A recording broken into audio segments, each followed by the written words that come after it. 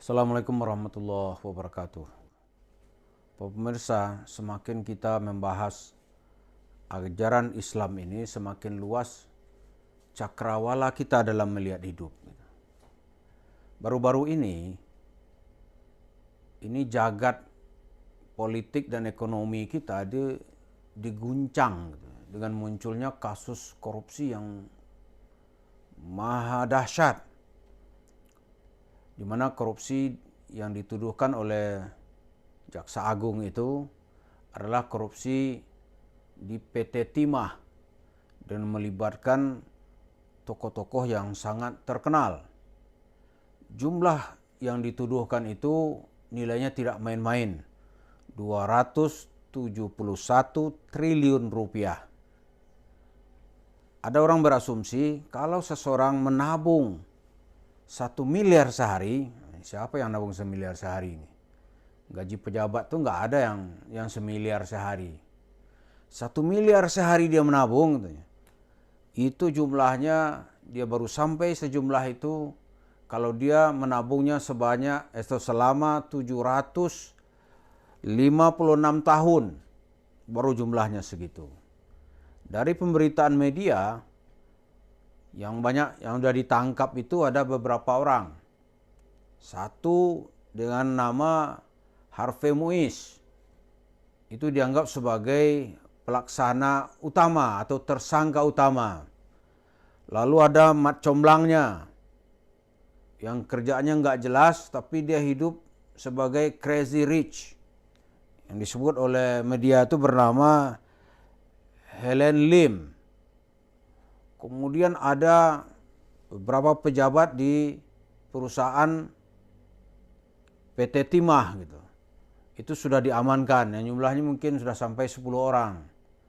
Lalu ada yang sedang dibidik lagi sekarang beberapa influencer. Influencer yang kekayaannya sudah wah sekali gitu.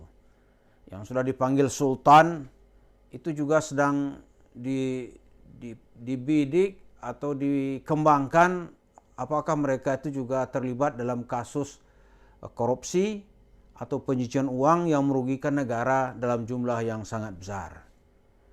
Taruhlah di korting ya, nggak usah 271 triliun. 100 triliun saja, oh itu juga kebanyakan. Kalau 100 triliun dari 2000 triliun APBN kita, berarti itu 5% dari uang APBN sudah diselewengkan. Kalau ini dipakai untuk makan siang gratis, wah itu berapa tahun itu? Karena makan siang gratis yang dicanangkan oleh Bapak Presiden terpilih Prabowo Subianto itu, satu hari itu menghabiskan 0,5 triliun. Ya kan? Jadi ini sangat menolong dia gitu. Kalau dalam seminggu itu dia menghabiskan 2,5 triliun, sebulan 10 triliun, maka ini setahun pertama dari pemerintahnya makan siang gratis bisa dipenuhi gitu. Begitulah kasus korupsi kalau terjadi itu gila-gilaan. Lalu apa hubungan korupsi ini dengan Islam?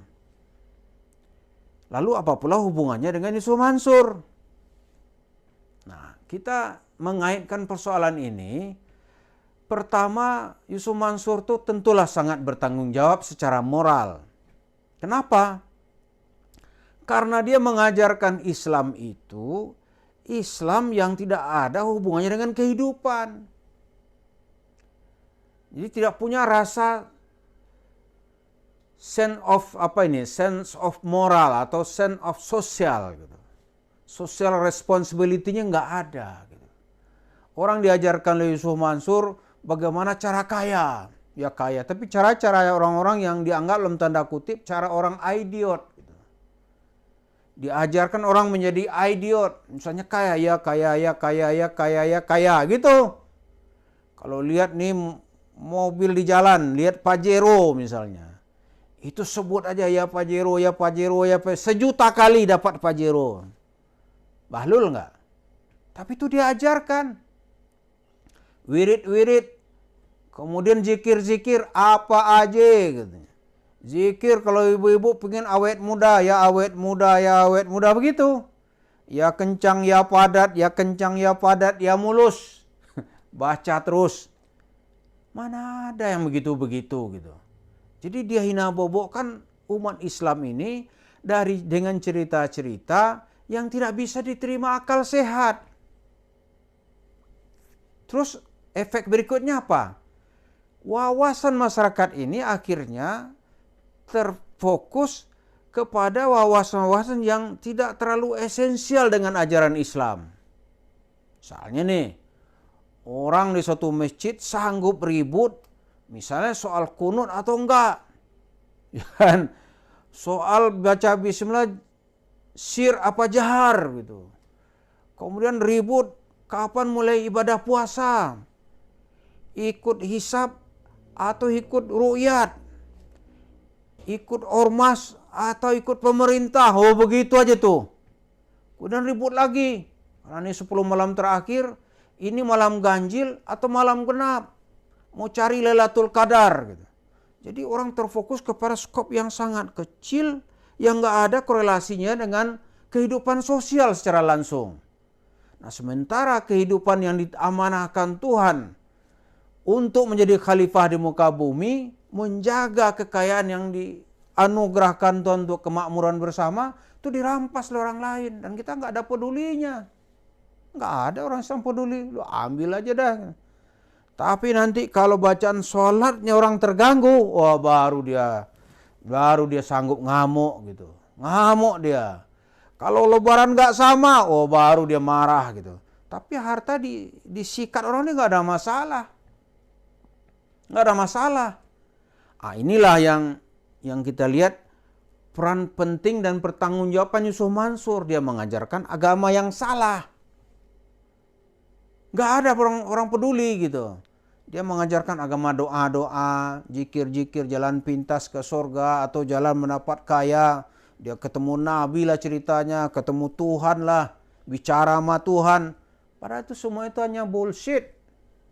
Bullshit. Dia akan ditolong Tuhan. Coba dia diperiksa. Nggak akan ditolong itu. Dan dampak sosialnya masyarakat kita nggak peduli. Apa ini yang terjadi sekarang ini? Gitu. Apakah kita ini umat Islam masih bisa diharapkan dengan pemahaman agama yang diajarkan Yusuf Mansur ini? Tentu saja kita akan melihat fakta-fakta. Gitu. Kalau fakta di lapangan, ajaran yang dia bawa itu nggak bisa dipraktekkan. Nggak bisa. Apa ruginya kalau percaya? Ada orang bilang, lu apa ruginya kalau kita percaya sama Yusuf Mansur? Kan nggak ngerugiin antum, nggak ngerugiin siapa-siapa. Ingat ya, secara langsung memang tidak ada merugikan. Tapi secara tidak langsung pemahaman agama kita rusak. Itu merugikan. Tahu nggak, pemirsa semua, kenapa Belanda 350 tahun di sini? Salah satu tokoh yang sangat berhasil mengokohkan kekuasaan Belanda di sini itu dengan dia mendatangkan ahli agama yang bernama Snok Hokrunya. Salah satu bahan ajaran Snok Hokrunya itu adalah untuk menaklukkan Aceh, biarkan orang itu khusyuk beribadah. Kalau dia minta masjid, kasih masjid. Kalau dia mau haji, kasih fasilitas haji. Tapi kalau dia bicara tentang pertanggungjawaban sosial kekuasaan kolonial di sini, sikat, bawa ke Tanah Merah, didigul. Maka orang-orang yang berontak dulu tahun 1927 didigulkan. Tapi kalau ribut soal usali ya itu nggak apa-apa, malah tuh dipupuk. Gitu. Berusali sholat apa enggak, pupuk aja biar berantem dia dalam skop yang kecil. Gitu. Kalau perlu di semua masjid tuh baku hantam. Gitu. Nah Yusuf Mansur di sini beruntung, nanti ditawarin sorga aja. 100.000, 1 juta dikasih Alphard, ditimpan oleh anaknya. Sedekah 50 juta, sore dibayar Allah. Mobil BMW yang harganya di atas 1 miliar.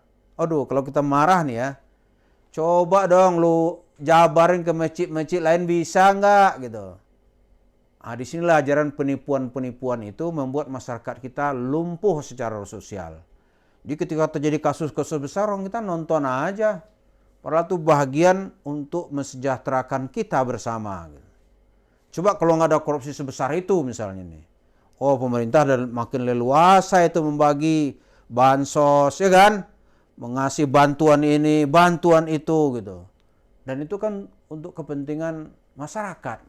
Nah, sekarang uang itu dikangkangi oleh satu orang atau sekelompok orang yang dia hidup kaya raya di atas lautan kemiskinan masyarakat kita.